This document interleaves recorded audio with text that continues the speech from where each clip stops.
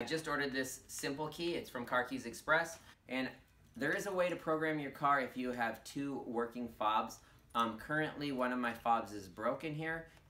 It can start the car. I can remove the key and start the car, but this key works, and for this key to work, what I need to do is I need to actually remove the key, unlock it, and then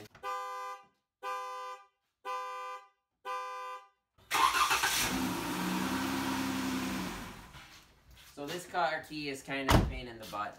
It will start the car, but I can't get it to do anything else. So what I'm going to do is I'm going to use this simple key, and I'm going to program that, and I need the one working key. This works for a variety of vehicles. This is a Jeep Grand Cherokee for the model years 2008, 2009, 2010, 2011, 2012, and 2013. The vehicle shown here is not a Jeep Grand Cherokee, but it is the exact same setup, so it will work just the same. It has a primary activation code of 312 and a primary dial position of 3 on your simple key. Now I've opened up the simple key box. You can see we have the programmer here. We have the 7 button, and that is what I have here as well on our old key. And then we also have the 5 button cover as well. Now I've removed that programmable key, and right off the bat I can tell it's made from a lot cheaper plastic. So what I'm going to do is, after I get it programmed, I'm actually going to see if I can take a little circuit board out and put it back into the old fob that's not working, and we'll see if that helps out a little bit.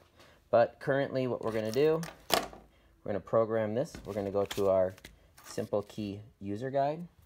So then when you open up the user guide, right off the bat on the first page, you're going to see that they have the compatibility chart, and then you're just going to find your vehicle and go to that page.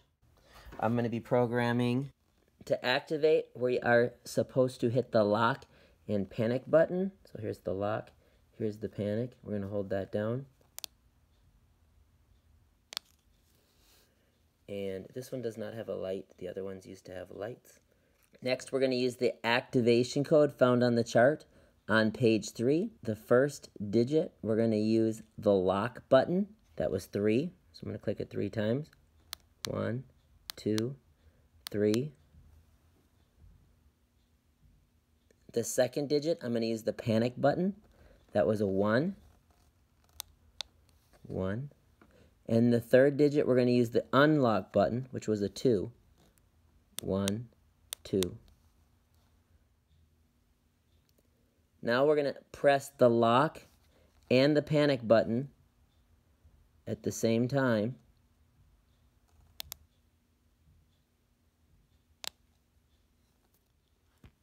Now that we've completed that, we're going to move on to pairing this key to our vehicle. Some keys that you get do not need to be activated. This one doesn't have a blue light, so most likely it does not need to be activated, but I like to just do it, run the code, just in case. First step in pairing this key is to make sure it is in the correct dial position, and this is dial position 3. Next, we want to make sure all the vehicle's doors are closed. You can roll your window down if you need to get access through your window. Now we're in the vehicle. All the doors are closed. The vehicle is in park and the engine is off. The next step is we're going to turn on our hazard lights. Our next step is to take our working key, put it in the ignition, and start the car. So now we have our hazards on. The car started. We have this set to 3. Next thing we're going to do is remove seal. Now after you have removed the seal, you're going to plug that into the OBD reader, and you're going to have it so the wide end is facing you as you go down. And then that is right down in this vicinity. You'll feel it right there. And plug that in. You heard it beep. And now we heard the little beeps. If you hear a series of more than 3 rapid beeps, then there's an error occurring. But now that we've heard that, we can turn the ignition off and remove the key. The reader set at 3. Because our primary dial position is at a 3 here, we're going to stick our key in and we're going to turn it to the on position. But we will not start the car.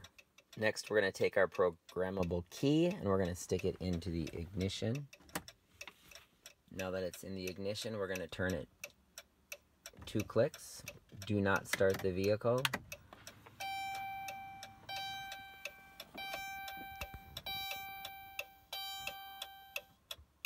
Now that we have the vehicle in the on or run position, we're going to hit that button on the top of the simple key programmer.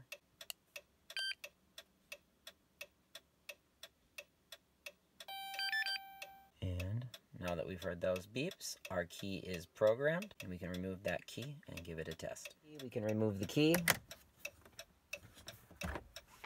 turn off our hazards, and we're going to test this key out. Move this from the OBD sensor and start the car. And now this key should be programmed, so we're going to hit the lock button, hit unlock that back sliding door. And so it's a generic fob. The plastic's a lot cheaper. Switch out that circuit board that's in there. So now I have the original fob. All I needed was the control board. The original fob is a lot sturdier, it stays together, it's a lot better quality plastic, and it's just a better fob. But we put that in there. This is a nice spare. It will start the car. You do need that circuit board in the key to start the car, so don't get rid of that. Hopefully this helps, and as always, thanks for watching. Please like and subscribe.